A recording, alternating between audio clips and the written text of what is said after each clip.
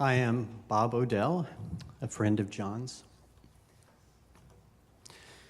The reason that I'm speaking before you today is that 2 summers ago, John Bibee asked me a question that I wasn't expecting. I first remember meeting John right here at Hope Chapel back in the 1990s. And like today, it was also on a Saturday. Hope Chapel was doing its thing, which is to say, it was doing the unusual. In the midst of a number of fun activities going on that day, I walked into a classroom with John Bibee standing at the front. He was leading a writing workshop. "Let the words flow out of you," he said. "Don't edit your words as they come out. There will be plenty of time for that later. Just let them flow."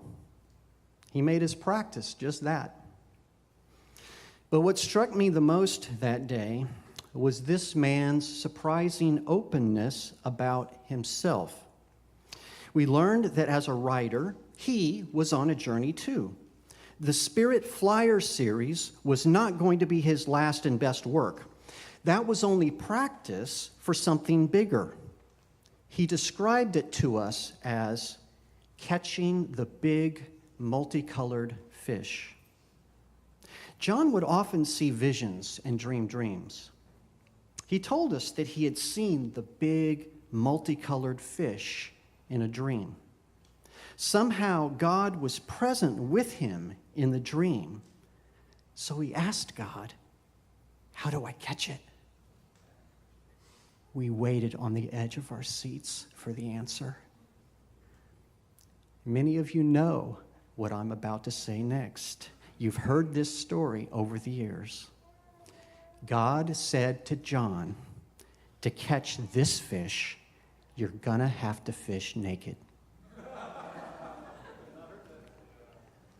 Fish naked.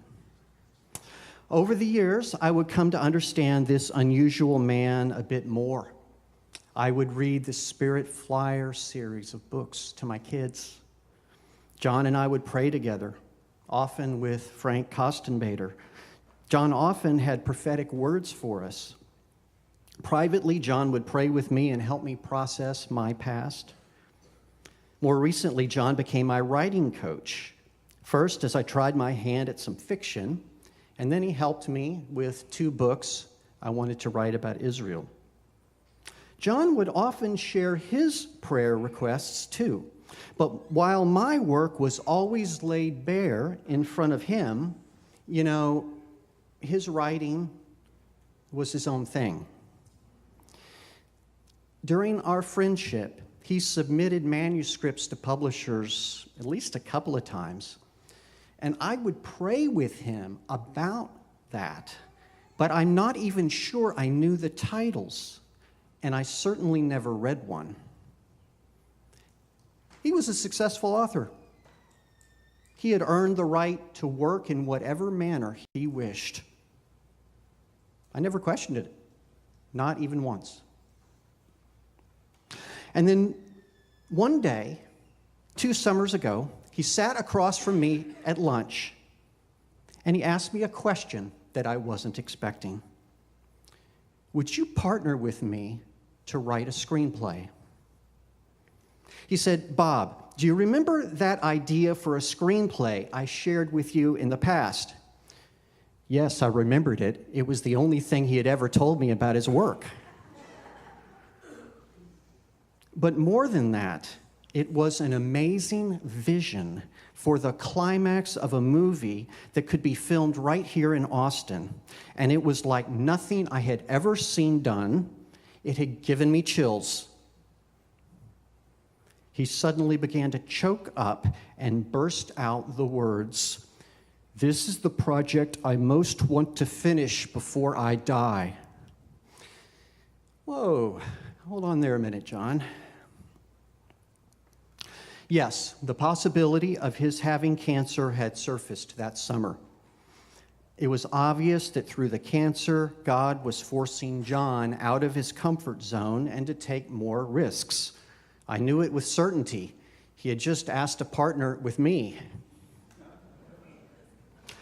But did I have any inkling that after carefully praying through the idea, taking many weeks to get to a yes, that we would only have 12 more months together? No. It came a lot more naturally to me than novels. I gravitate to structure and the wielding of dialogue. John had a keen eye for character development, and God was clearly blessing his willingness to share rough ideas and partial concepts openly with a partner. And we both thrived on redemption. But we had a problem.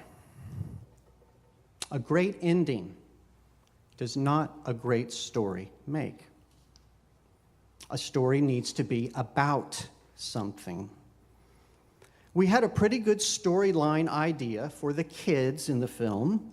We struggled a bit more with the parents, and we also needed to bridge the kids' storyline with the adult storyline. We needed a common theme that could drive everything to a conclusion. In the last 6 months of his life, while John suffered physically, yet resolute and confident that we would regroup and pull this thing off, I worried privately that we were missing something that I didn't know how to fix. John, just focus on getting better. That's what I told him one day. And then I turned my attention to other writing obligations, and all work stopped.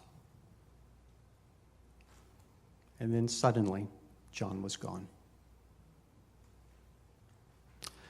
That day, that Saturday of his death, I had already planned to spend at home. I grieved out in my backyard that day when the news came in.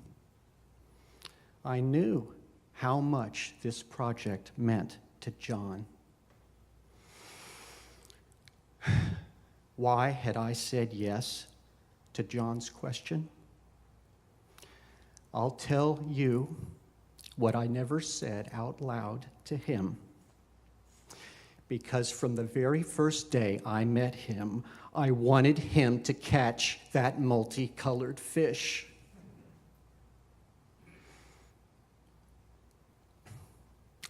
And there in the backyard, it began to dawn on me what this story needed. It needed John, a character named John. Everything fell into place in front of me in a matter of minutes. John could be the bridge to both worlds, the kids' world and the adult world.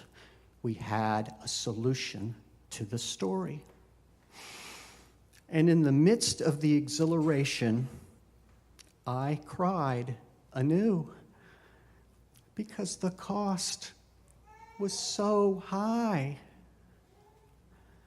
Would I have ever accepted a great story in exchange for John himself?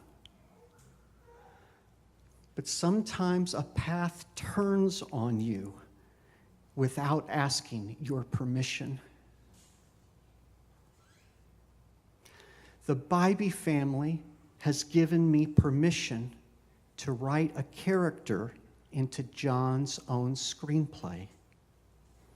The character's name in the movie will be John Bibee.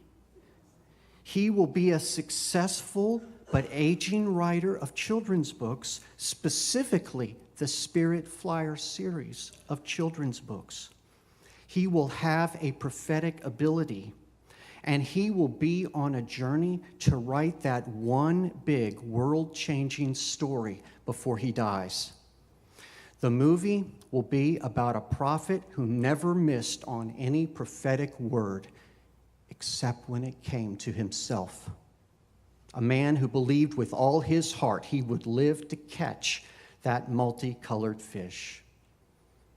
And now for the best part, the most redemptive part Are you ready?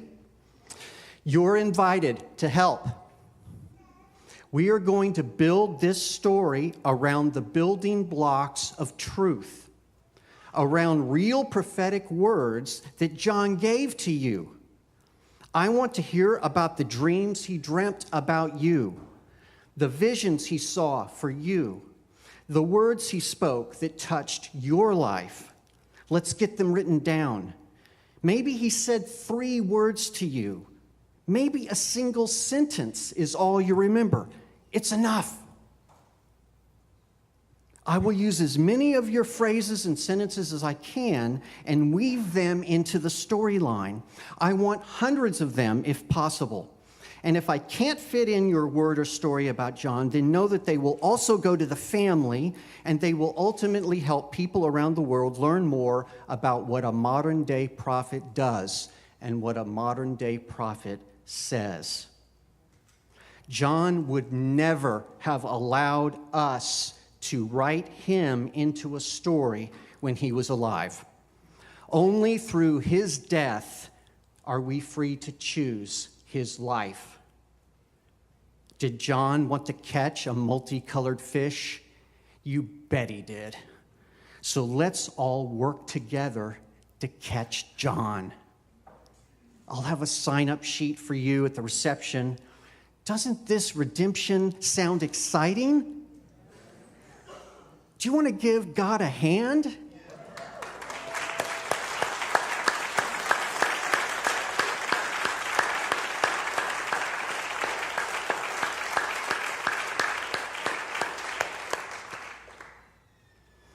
In closing, there was a prophetic word that was given to John in his sickness that has been turning around in my mind for many months. Maybe with your help, that prophetic word can take on a new meaning. John Bibee will live and not die. Thank you.